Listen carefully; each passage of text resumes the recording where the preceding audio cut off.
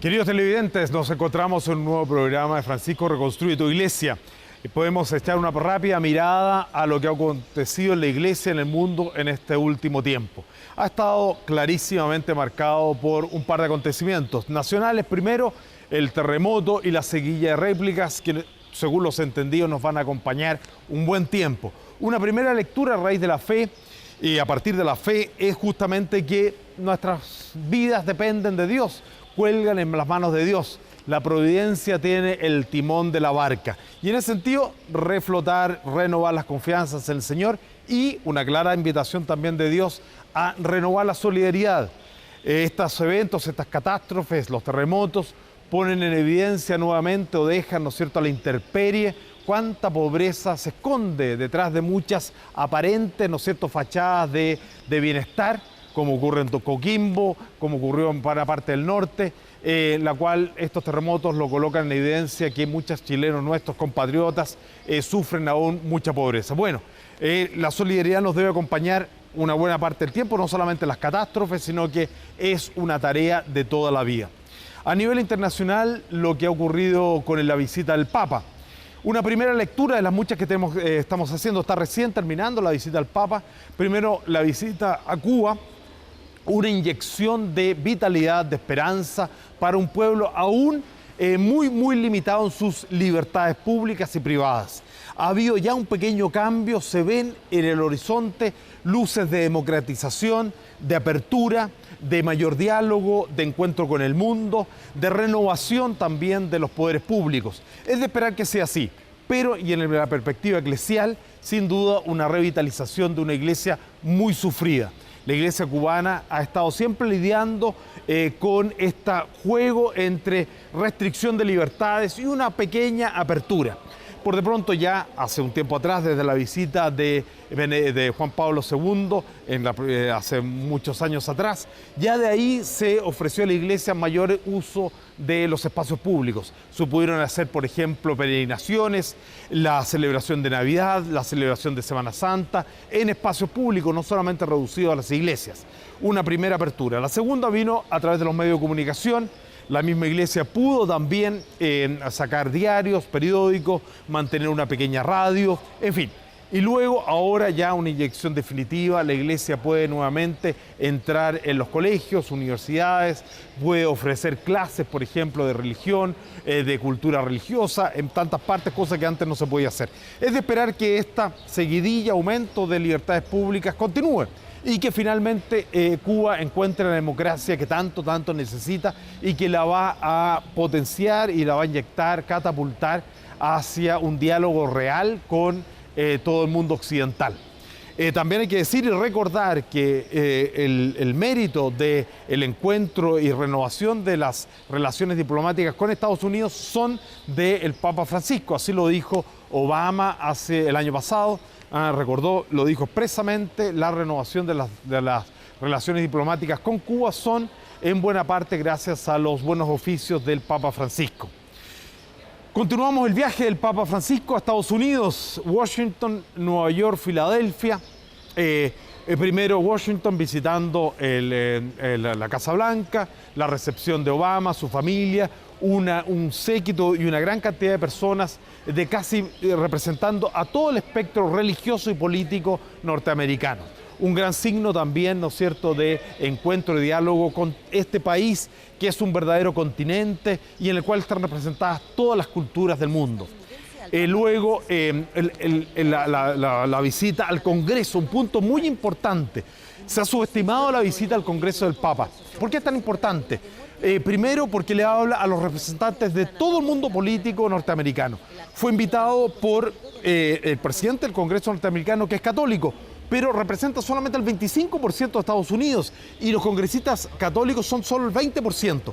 Y sin embargo, todo el Congreso estuvo de acuerdo en unanimidad en invitar al Santo Padre. Un signo del enorme mensaje que tiene el Papa Francisco. Hay que recordar que todos los papas anteriores visitaron Estados Unidos. Pablo VI, Juan Pablo II, Papa Benedicto XVI, y ninguno fue invitado por el Congreso en pleno. Fueron a hablar a la ONU, pero lo hacen por derecho propio, porque son presidentes del Estado del Vaticano.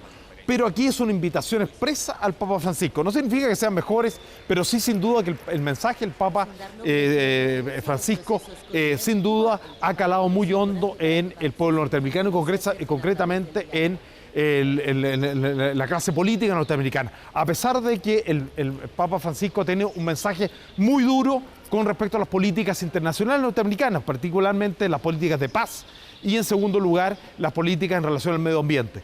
El Papa les ha hablado muy claro en relación a que deben cambiar la forma de enfrentar la política internacional, no desde la perspectiva del amedrentamiento, solamente preocupados de su seguridad, sino de potenciar la paz, de buscar la paz, de hacer mayores esfuerzos por un diálogo pacífico. Estamos obligados a entendernos en el concierto mundial. El Papa lo ha recordado también varias veces. Y lo segundo es en relación a las políticas medioambientales.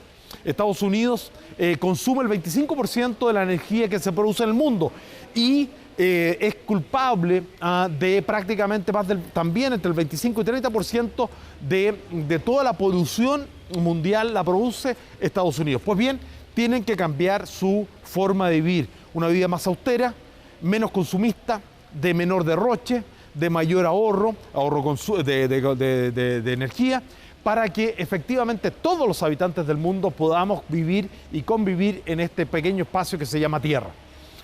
Queremos agradecer esta visita y ya prepararnos para adelante por lo que va a ser, ¿no es cierto?, esta recta final del año. El Santo Padre tiene también una agenda muy llena, el mismo sínodo de obispos de la familia más adelante, que ya se está preparando ahora. En ese sentido, una semana auspiciosa en eventos, en acontecimientos que vamos a estar esperando y preparando con la iluminación del Espíritu Santo. Vamos a pedirle a la Santísima Virgen, la Virgen del Carmen, que nos proteja, que proteja a nuestras familias, proteja a nuestra patria, nos libre de terremotos y catástrofes. Hagamos de esta intención también una intención nacional y una intención familiar, parroquial, pero sobre todo familiar, para que ella interceda ante el Padre Dios y nos proteja de males y que la naturaleza nos sea benévola.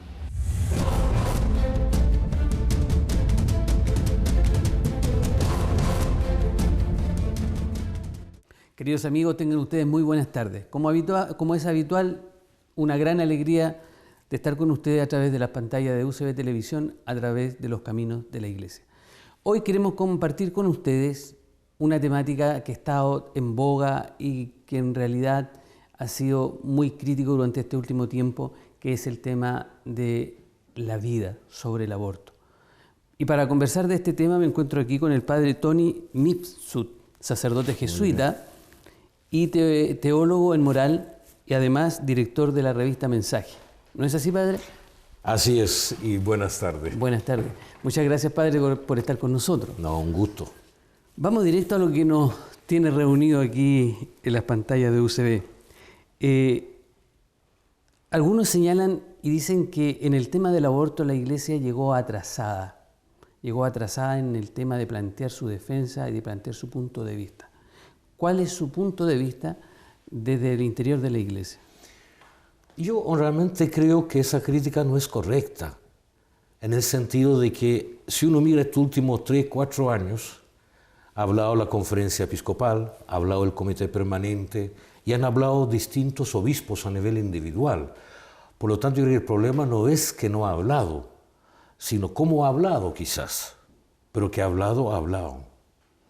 Mire, ¿cuál es su visión? ¿Cuál cree usted que debería ser la visión de un cristiano hoy día en cuanto a la defensa de la vida y no demonizar tanto la temática? Sí. Yo creo que, en primer lugar, me parece que nadie tiene derecho a juzgar a nadie.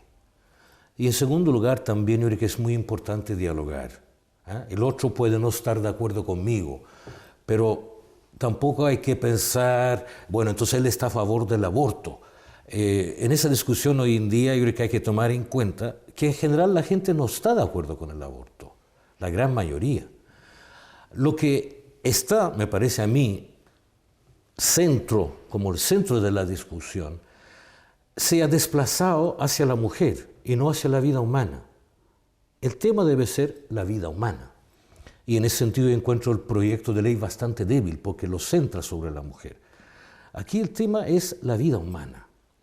En segundo lugar, yo creo que nosotros como cristianos, en primer lugar tenemos una buena noticia.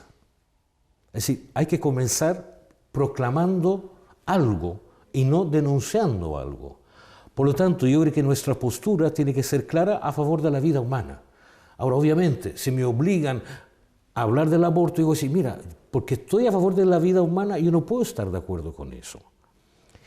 En tercer lugar, yo creo que en este punto hay varias confusiones, como también distintas perspectivas.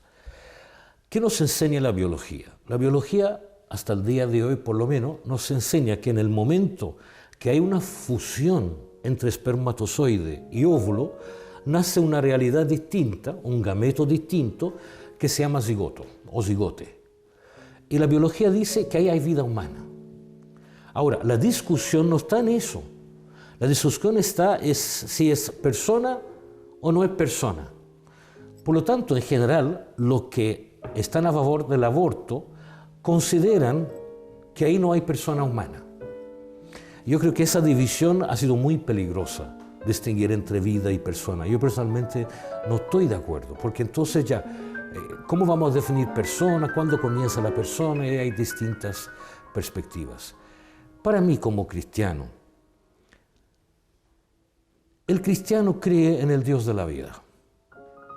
El cristiano habla en términos de creación y criatura. Toda la encíclica del Papa justamente es preciosa.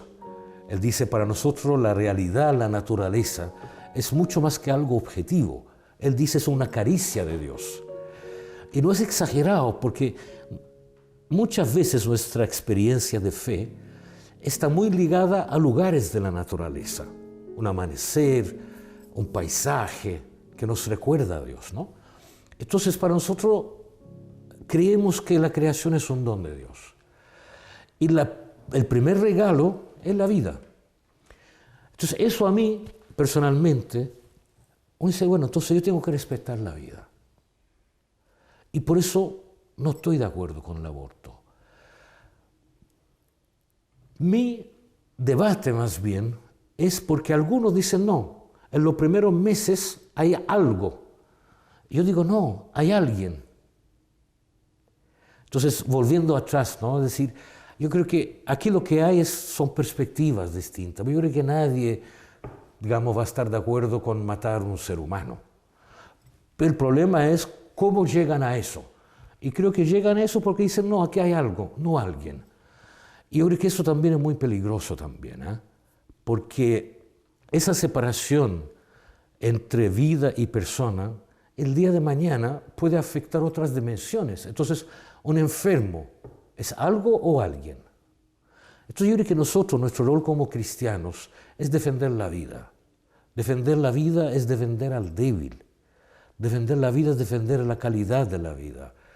Yo creo que en Chile, además, después de lo que pasamos del 73 al 89, creo que tenemos que ser más sensibles hacia la vida. Y también a nivel mundial, el problema ahora de Siria, el problema de la migración fuerte, son personas que son un número. Y eso no puede ser, o sea, eso no puede ser lo que está pasando en el mundo. Yo creo que necesitamos recuperar la sensibilidad hacia la vida. Padre, esa diferencia que hacen, digamos, de que esto es algo y esto es alguien, ¿qué marcaría entonces la diferencia entre el algo y el alguien, digamos? ¿Qué lo haría? Sí, ahí hay distintas teorías, ¿eh? La Organización Mundial de la Salud optó por el blastocisto, es decir, ya cuando el cigoto comienza a bajar y se implante. Si no me equivoco, son 8 o 5 días, digamos. Dicen que ahí sí hay persona, porque en ese periodo hay un fenómeno que es muy, muy raro, pero se da a veces, que de repente se duplica. El cigoto de repente llega a ser 2. Entonces dice, bueno, ya que no hay individuo, no se va a hablar de persona. A mí no me convence ese argumento porque uno dice, el hecho que tú no puedes ver que hay 2, no significa que no existen. Otros dicen que es el sistema nervioso, es el cerebro, lo cual es mucho más complicado porque el desarrollo del cerebro, si no me equivoco, no termina hasta los 10 años. Entonces son distintos argumentos. Otros dicen, no, cuando aparece. Entonces son los 8 o 9 meses. Hay argumentación detrás de cada postura. Ahora, está la postura uno lo ve en la televisión, ¿no es cierto?, generalmente en los programas en relación al aborto, que aparecen mujeres muchas veces diciendo, bueno, es mi cuerpo, yo tengo decisión personal sobre mi cuerpo, es mi persona. ¿Cómo defender esa postura, digamos? Porque claro, uno puede ser dueño y puede tomar decisiones sobre su persona, pero nos olvidamos que está vinculado también otro ser humano, otra persona. Sí. A ver, ahí yo creo que hay un error biológico, digamos, ¿no? En el sentido de que obviamente el feto y el embrión también forman parte del cuerpo de la mujer, pero a la vez es dependiente y autónomo porque tiene un desarrollo que depende, pero es independiente. Tanto es así, digamos, que una mujer sana puede engendrar un feto enfermo. Entonces uno dice, ojo, forma parte de tu cuerpo, pero no es tu cuerpo, en primer lugar. En segundo lugar, me parece que hay otra falacia que veo, y es, esta problemática se ha reducido a un problema de la mujer. Puede ser que en la práctica sea así, pero yo creo que es malo seguir apoyando eso. Por lo tanto, si estamos hablando de vida humana, estamos hablando por lo menos de 2 personas. Algunos dicen, bueno, es que los maridos y los hombres no se hacen cargo. Bueno, con mayor razón hay que ayudarles a hacerse cargo. Por eso, para mí, una debilidad que yo personalmente encuentro en el proyecto de ley es que se fundamenta en el derecho de la mujer. ¿Por qué es una debilidad? Porque cuando tú hablas de derechos, otros te van a decir, muy bien, yo quiero hablar del derecho del feto. ¿Y cómo vamos a comparar derechos? Por lo tanto, yo creo que la única manera de fundamentar una ley al respecto es la vida humana, porque eso es lo que está en juego. A mí, por ejemplo, la cuestión de la violación, lo que no entiendo es que al final el culpable no se menciona. Aquí el culpable no es la mujer, el culpable es el violador. Y no hay referencia, aún más, según el proyecto original, ni siquiera hay derecho y obligación de denunciarlo. Uno dice, pero ¿de qué estamos hablando? Si aquí el culpable es el violador y hay que hacer de todo. Algunos dicen, no, porque es muy complicado, porque puede ser un pariente. Bueno, pero si seguimos así, van a seguir los abusos sexuales. Es que ese es el tema. Lo que usted toca es un tema muy frágil y muy sensible también. Porque claro, aquí se pone solución al problema de la mujer y termina pagando el inocente, que en este caso es el feto, ¿no es cierto? Pero, ¿qué sucede cuando ya, si se le aplica el aborto a la chica y después vuelve a la situación familiar y el tipo no ha recibido, digamos, una sanción? El tipo va a seguir abusando de esta criatura o de otra criatura más. Entonces, el tema es ¿dónde queremos aplicar la justicia? Sí, sí. Pero, a ver, yo creo que, ¿cuál es el peligro ahí? El peligro es que en vez de cambiar el procedimiento, voy por la parte más débil. Yo creo que aquí es ahí donde tiene que haber creatividad. Es decir, ¿cómo hacer para que realmente esa persona tiene que ser sancionado? Y eso no es por venganza, es simplemente para defender la sociedad, para defender la mujer, la niña y todo por eso. Justicia. Por justicia. Entonces uno dice, a ver, arreglamos el procedimiento. Es que no se puede hacer, pero claro que se puede hacer. Pero eso implica un cambio cultural, ¿eh? Un cambio cultural enorme. Y hay que hacerlo. Sí, y eso lo estamos viendo con el problema y la reforma educacional. En esas cosas hay que ir lento, porque cualquier reforma implica cambio cultural. Las leyes no van a funcionar porque ya establezco una ley. Es la cultura que ayuda. Uno lo ve eso, por ejemplo, un ejemplo del alcohol, digamos. Por lo menos en Santiago está cambiando la cultura, porque hoy en día los carabineros te paran en la calle y si tienes un poco de trago, hasta puede llegar a ser un delito. Y eso había mucho acuerdo. Entonces está funcionando hoy en día. En estos últimos días se han planteado en el Parlamento los 3 primeros puntos de la ley. Uno, el tema de la violación, la inviabilidad del feto y no me recuerdo el terapéutico. El terapéutico. Sí. ¿Se está realmente trabajando en forma seria, cree usted, en estos 3 puntos? Porque el tema, por ejemplo, de la inviabilidad del feto, ¿cómo acreditar que un feto realmente, bueno, hoy día hay medios, pero muchas veces uno se ha dado cuenta que la ciencia se ha equivocado? En primer lugar, hay que hablar de estas 3 situaciones con mucha delicadeza. Yo creo que no se pueden hacer como unos juicios condenatorios, porque son situaciones tremendamente complejas. Entonces yo diría en esos puntos como hablar con delicadeza y sin afán de condenar a nadie, porque son situaciones, el feto inviable, el terapéutico, tremendo para la mujer, la misma violación, ¿no? Dicho eso, yo creo que son 3 situaciones muy distintas. La primera situación, a mi manera de ver, no es problema ético, el terapéutico. Es decir, si a uno le dicen o intervenimos o mueren los 2, obviamente no plantea, porque ya, si no intervengo van a morir el feto y la mamá. Obviamente trato de salvar a uno de los 2. Entonces, eso no hay problema. Yo creo que es muy bueno decir claramente, lo que estamos entiendo aquí es peligro de vida, peligro de muerte, perdón. Ahora, obviamente, ahí hay que intervenir. Y de hecho, en general se interviene, digamos, ¿no? Porque si no, tengo 2 personas muertas. La de la inviabilidad fetal, en primer lugar, hay una gran confusión. Inviabilidad fetal no es malformación genética, porque algunos están entendiendo entonces, por ejemplo, los niños Down. O sea, no. Aquí estamos hablando de que el feto nace y muere. Eso es inviabilidad fetal, digamos, ¿no? Entonces no se trata de malformación, no se trata de eso. Ahora, en segundo lugar, yo veo ahí, además de que la ciencia nunca es 100%, eso es obvio, ahí en el fondo es cómo apreciamos la vida. Yo creo que eso es lo que está de por medio ahí. Aunque el feto sobreviva unas horas, ¿vale la pena o no?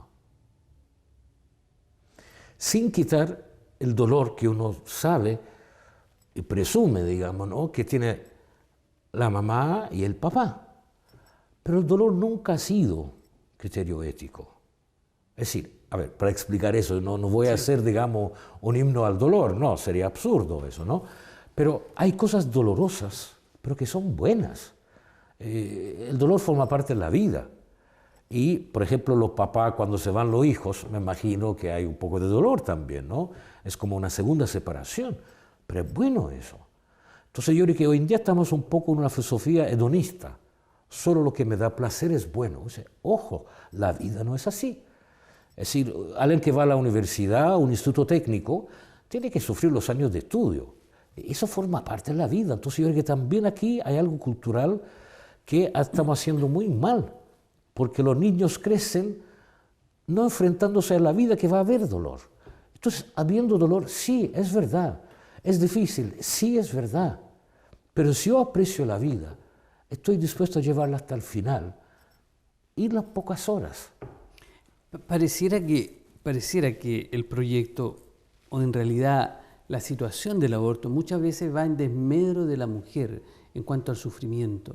O sea, una vez he escuchado mujeres, ¿no es cierto?, que le ha tocado ver nacer y morir a sus hijos, y eso, si bien es cierto como usted lo plantea, les ha causado un dolor enorme, y es un dolor, dicen que el dolor de la madre cuando pierde a un hijo no se cura más, pero sí está la satisfacción que lo vio, que lo tuvo en sus manos, a diferencia de la mujer cuando en esta situación del aborto dice, bueno, se queda con la duda.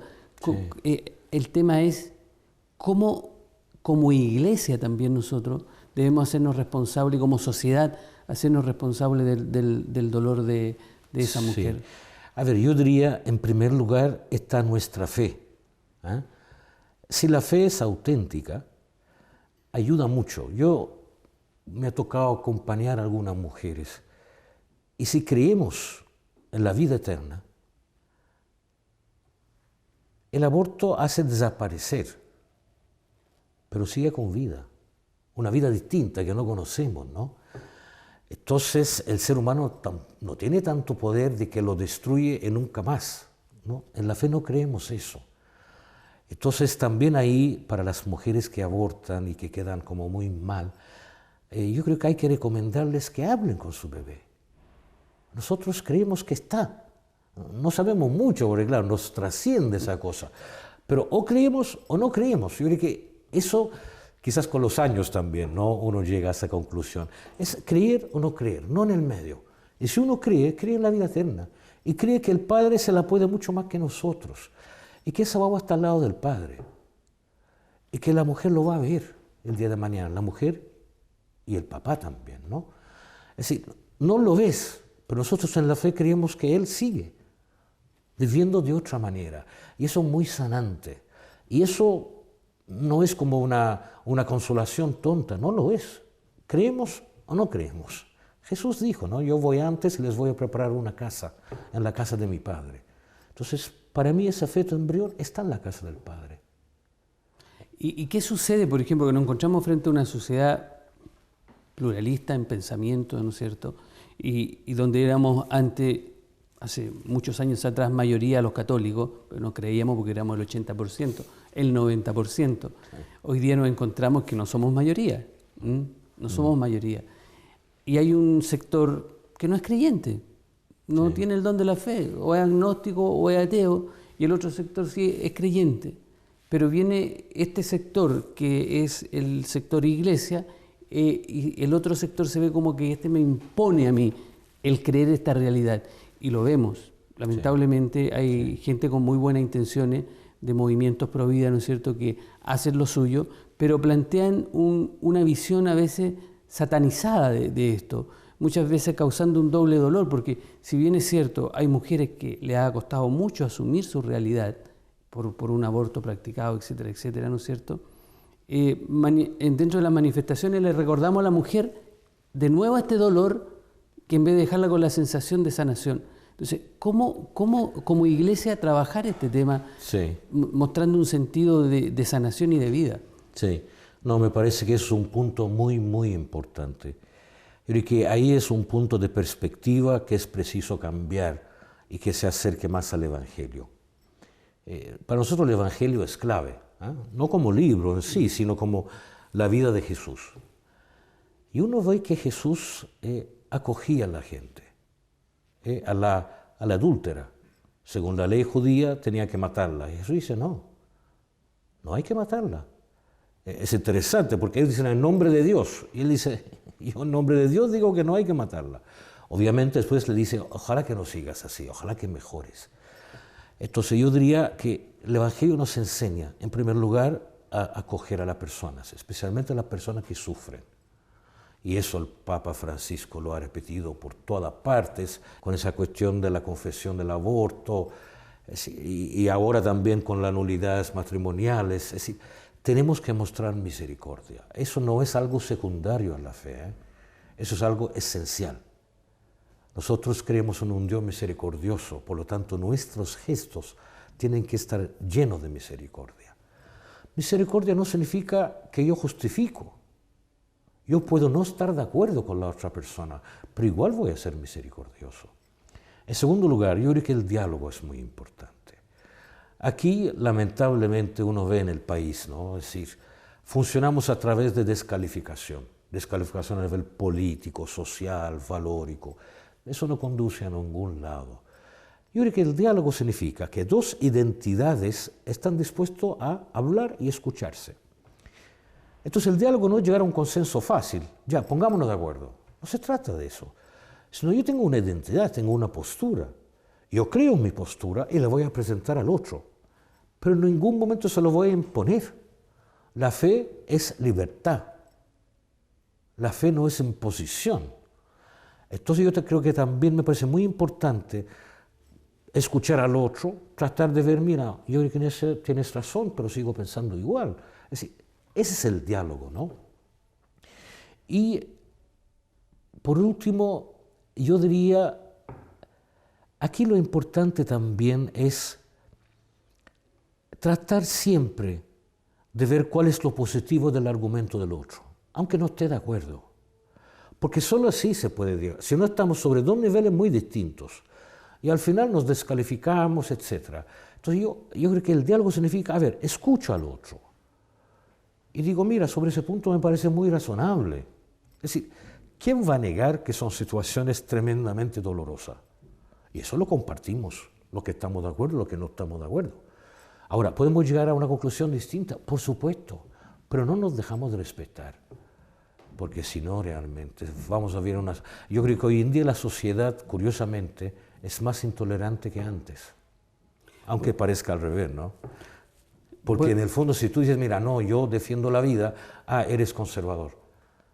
A ver, tengo derecho a defender la vida, sin que me digas conservador. Además, hoy en día, conservador progresista no significan absolutamente nada.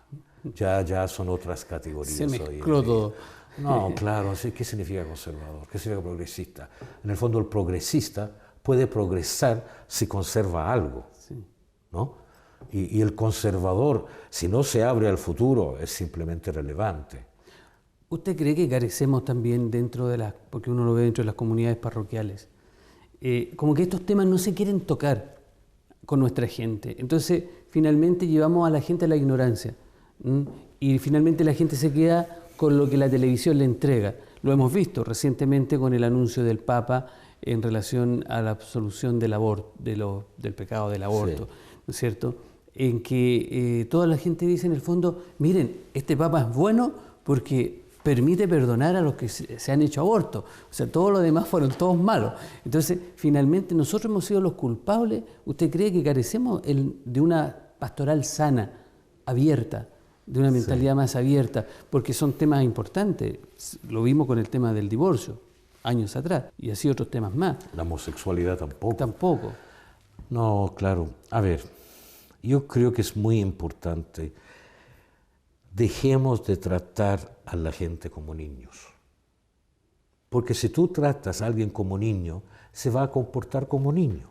Es algo psicología fundamental eso, ¿no? Entonces yo creo que hay que hablar los temas y hay que hablarlo con libertad. Además, ¿por qué es muy importante? Porque uno es capaz de dar razón de su fe, como dice San Pedro, ¿no? Porque a veces hay gente que está a favor o en contra y cuando tú le preguntas, no saben por qué.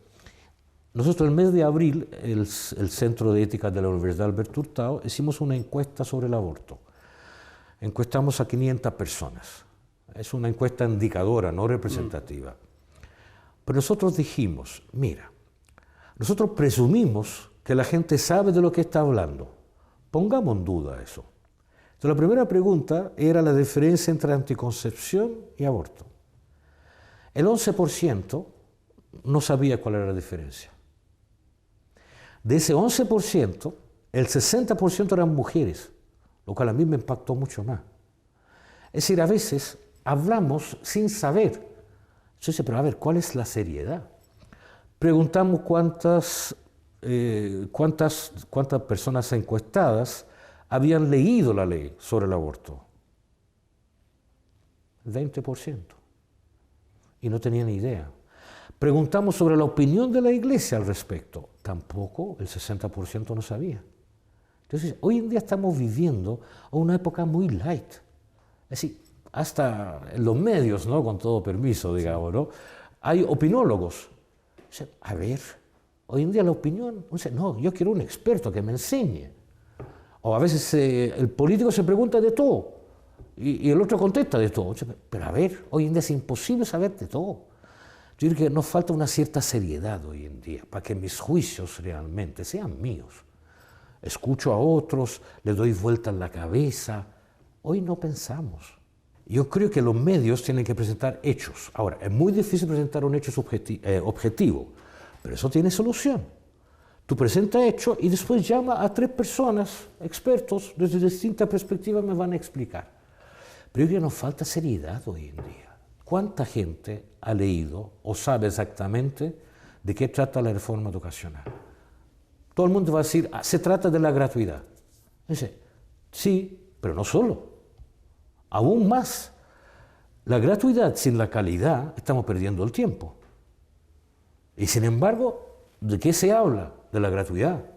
No digo que hay que descartar eso, pero hay que contextualizarlo. Pues yo tengo, si ya voy gratis a la educación, es una mala educación, me estáis perdiendo el tiempo. Entonces yo creo que hace falta mucha seriedad hoy en día. Y también esos puntos, especialmente el aborto, la homosexualidad, son temas tremendamente complejos, donde hay dolor humano de por medio. Padre, yo hace años atrás, deben ser hace por lo menos unos 15, 20 años, me tocó conocer a una persona que tenía alrededor de 80 años y salió este tema del aborto y ella me decía que obligada por sus padres, ella en prácticamente juventud, adolescencia, se había practicado un aborto. Y ella cada vez que iba al confesionario se confesaba de esto.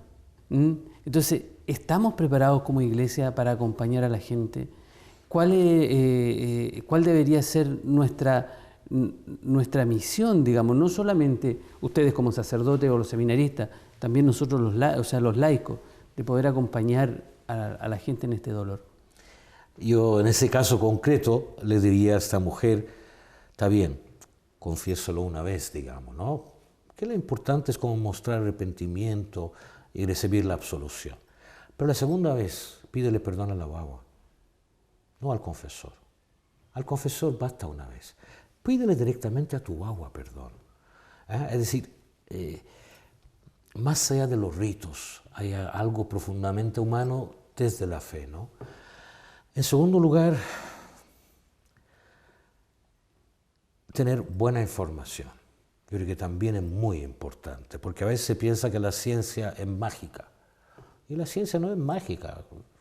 Entonces yo creo que información, estamos muy faltos de información seria, explicar las cosas. Por ejemplo, esos movimientos que hay, yo conozco uno por lo menos, de acompañamiento a mujeres que van a abortar. Conozco una mujer que hoy en día está pero muy agradecida y tiene su niña de 5 años, es decir, hay instancias hoy en día y realmente la han acompañado. Ella llamó desde la calle llamó a un número de esa fundación, fue allá y le han cuidado. Hoy en día está agradecida. ¿Por qué? Hay un estudio hecho en Concepción justamente. Según ese estudio, el 40% de las mujeres que abortan lo hacen por coacción exterior. Ellas no querían abortar, pero o el marido, o el conviviente, o la mamá, o el papá. Esto también por eso que es muy importante la seriedad. Entonces, oye, en esos casos, si yo hago un trabajo para modificar las circunstancias de afuera, evitamos un aborto. Entonces yo creo que en eso también hay que tocar ese problema desde distintos puntos de vista. A mí, digamos, el documento de la Iglesia que más me gustó fue un documento del año 60 de la Conferencia de Gran Bretaña de Obispos. A mí me pareció muy bueno porque en primer lugar justamente nosotros como católicos, como cristianos, estamos a favor de la vida. Por lo tanto no estamos de acuerdo con el aborto. Pero aquellas mujeres que están desesperadas y que van a abortar porque no tienen con quién dejar, ahí hay 2 lugares físicos donde nosotros aceptamos a esa mujer hasta que tenga el embarazo y que nos deje a nosotros sus hijos y sus hijas.